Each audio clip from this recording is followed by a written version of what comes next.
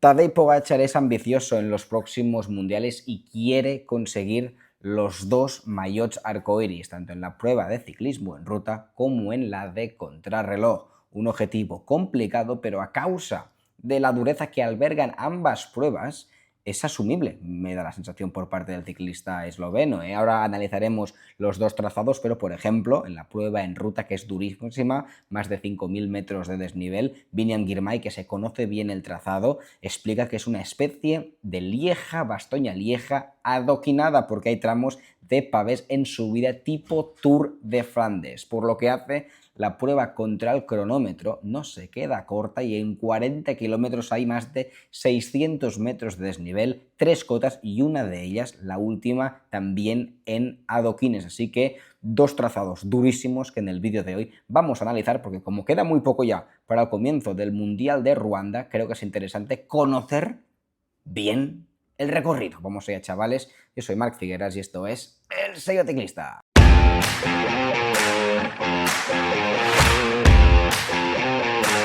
Epa, chavales, ¿quién creéis que ganará el próximo mundial o quién creéis que conseguirá la victoria en los próximos mundiales, especialmente los que analizaremos en el día de hoy, que son la prueba de ciclismo en ruta élite y la prueba de ciclismo contra el cronómetro? Creo que en cuanto a la prueba en ruta, Pogačar es el gran favorito y todo lo que no sea una victoria del esloveno será extraño. Veremos a Del Toro, veremos a Pidcock, que llega con un buen nivel, pero pararle los pies a un Pogačar en un recorrido tan duro se antoja complicado. En cambio, en la prueba contra el cronómetro creo que viviremos una batalla muy igualada contra el que algunos catalogan como el favorito, que es Evenepoel, y un Tadej Pogačar que creo que este año el recorrido, como veréis, le sienta de maravilla porque es durísimo. Ahora veremos el recorrido, perfiles, veremos incluso estadísticas y datos súper interesantes. Pero antes pediros, chavales, que le dejéis un like al vídeo, que os suscribáis al canal siempre cargado de noticias y análisis interesantes para los amantes del ciclismo. Y vamos allá, dejadme los nombres de quién creéis que ganará la prueba en ruta y la prueba contra el cronómetro. Este es el trazado del próximo Mundial de Ruanda, que vamos a ir desmenuzando poco a poco porque veis muchísimas cotas, muchísima información. Pequeño detalle, vamos a ir analizándolo por capas. Todas estas zonas grises, 1, 2, 3, 4, 5, 6, 7, 8, 9... 10, 11, 12, 13, 14, 15, 16... Ya me he descontado, muchas. Me he descontado, pero hay como 15 creo, son 15 vueltas. En cada vuelta se sube una cota adoquinada, una especie de Bosberg, para que tengáis una idea. Así que habrá pavés recurrente a lo largo de toda la prueba. Creo que la mejor imagen para situarnos un poco es esta. Este es el trazado. Como veis, se dan 9 vueltas a un circuito tiene 15 kilómetros este circuito, 9 vueltas a un circuito de 15 kilómetros, que es este recorrido en azul que estoy indicando por aquí. Luego, cuando completan la 9ª vuelta, ¿vale?, hacen una vuelta más grande, esta en color rojo, y cuando completan esta primera vuelta grande, que sería la 10ª, vuelven a entrar una vez más al mismo circuito anterior, el azul, donde completan 1, 2, 3, 4, 5 y 6 vueltas más. Así que 9 vueltas al circuito azul, una al grande en rojo y 6 nuevamente al mismo circuito azul del principio. Aquí lo indica bien, 9 vueltas al circuito azul, vuelta grande al circuito rojo y 6 pasadas por el circuito local, el pequeño, el azul. Vale. ¿Qué se van a encontrar a lo largo del circuito azul, que es el que van a completar hasta en 15 veces? Pues se sale de Kigali, dirección, este campo de golf, y la primera cota que se van a encontrar cada vez que completen este recorrido, este trazado, es una de 800 metros al 8%. Luego siguen el circuito azul y se enfrentarán a esta cota adoquinada de cojo aire, Kimihurua, nombre africano, la fonética, de 1,3 kilómetros al 6,3% adoquinado. O sea que el circuito local, el que van a completar 15 vueltas, tiene dos cotas, una de 800 metros al 8,1% y la segunda y última antes de la meta de 1,3 kilómetros al 6,3%, donde he estado leyendo artículos. donde explican que la calidad del adoquín es exigente, no es adoquín para nada finito, ¿eh? Fijaos, creo que tengo imágenes de este adoquín que os comentaba, aquí lo estáis viendo.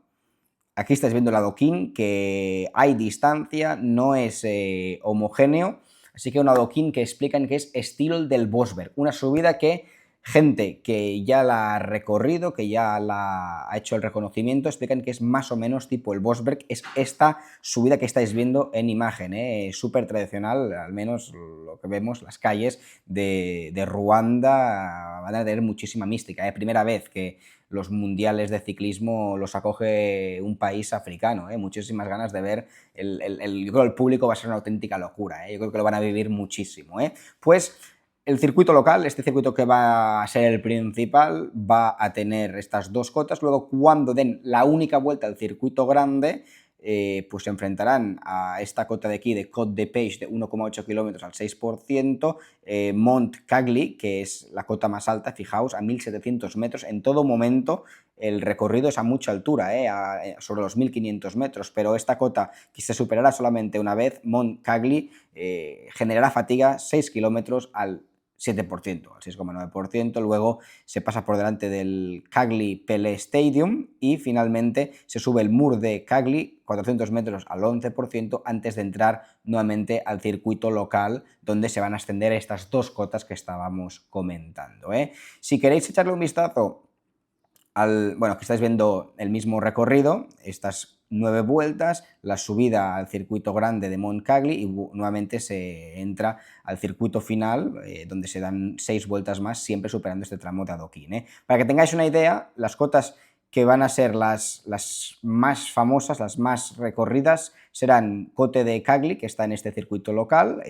Las dos cotas que están dentro del circuito son esta, de 800 metros al 8,1%. Fijaos, la parte más dura está al principio, rampas del 12, 10%, aunque sea muy corta y explosiva. Y esta es la cota adoquinada, echadle un vistazo a esta cota adoquinada de 1,3 kilómetros al 6,2%, con el adoquín que estábamos viendo anteriormente y lo más duro viene al principio, al 9,7%, una especie de Eau de Quaremont, donde lo duro viene al principio y luego poco a poco va suavizando la subida. Fijaos, rampas del 9, del 7% en rojo aquí, y luego ya sí que suaviza un poquito, estilo, como os digo, Eau de Quaremont. Esto es por lo que hace el Mundial de Ruanda, prueba en ruta, muchísimo desnivel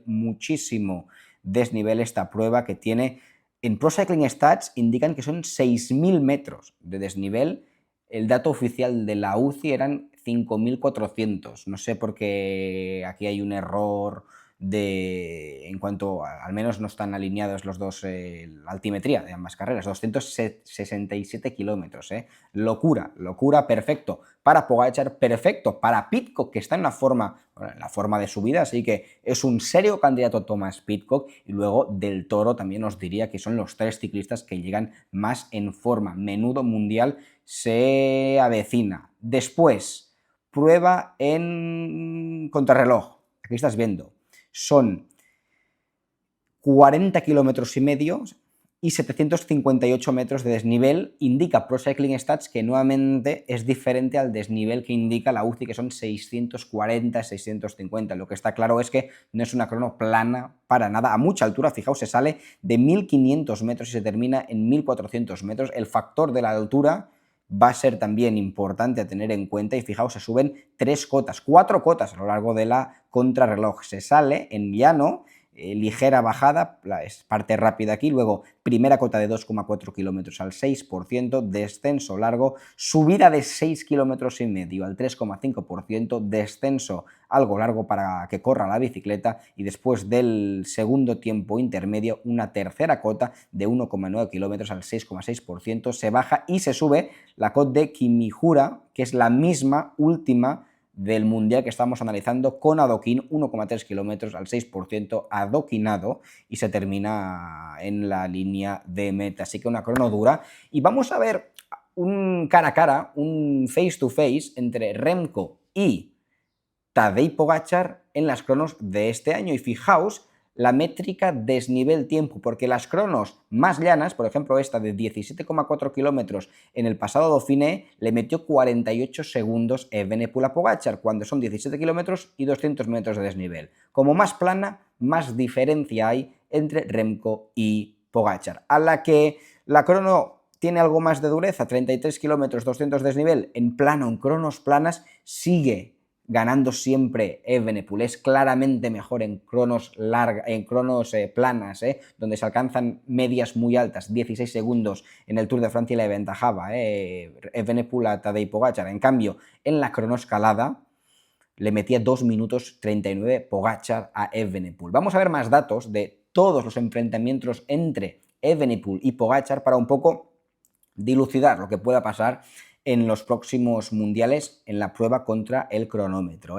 Lo que os decía, Pogačar no es inesperado que revalide el título de campeón del mundo de ruta, aunque cuando hablas de si puede conseguir los dos en la misma semana, como logró Evenepoel en los Juegos Olímpicos, la de ruta y la de contrarreloj, pues no sé si alguien lo ha conseguido, pero lo puede lograr este año Pogačar debido al recorrido de ambas carreras, que es durísimo. Pues como comentábamos, cuando la contrarreloj es dura, como en la cronoescalada del pasado Tour de Francia, fijaos, esto indica que es cronoescalada o cuando está en rojo, crono dura, quien superaba era Pogačar a Evenepoel. Pero cuando son cronos más planas, fijaos, planas, terreno ondulado, Evenepoel le superaba. Siempre la tendencia es que Remco ha superado, fijaos, todos los enfrentamientos. Remco gana desde 2021, aunque las cronos más duras, la de la última etapa en Niza del Tour de 2024, que ganó Pogačar, donde habían dos cotas duras, fijaos, 33 kilómetros, habían dos puertos interesantes, era tercero Remco y era primero Pogačar. Así que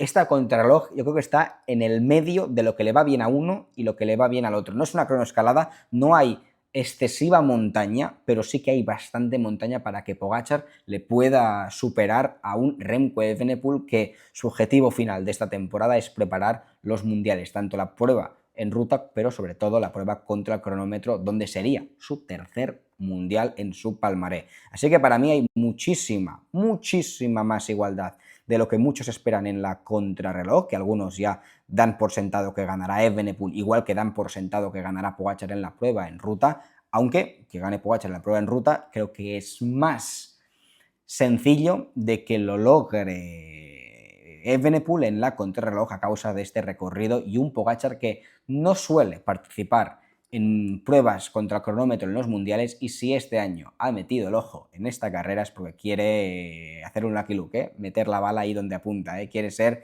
decisivo y ganar una contrarreloj que le va muy bien al crack esloveno. Dejadme en comentarios qué os parecen ambos perfiles y quién creéis que le sienta mejor el recorrido, qué ciclistas veis que lo pueden hacer bien en estas pruebas. En los próximos vídeos hablaremos, cuando se acerque la crono el próximo domingo, haremos previa, meteremos el bisturí a fondo en el recorrido y también hablaremos de la participación y los ciclistas que lo pueden hacer bien y por supuesto a medida que se va acercando la prueba en ruta también hablaremos de ella en las próximas jornadas. Like, suscripción y nos vemos siempre por aquí en el canal de El Sello Ciclista. Chao ragazzi. 55 seconds is countdown. He has lost the Tour de France by 8 seconds. Can you believe that?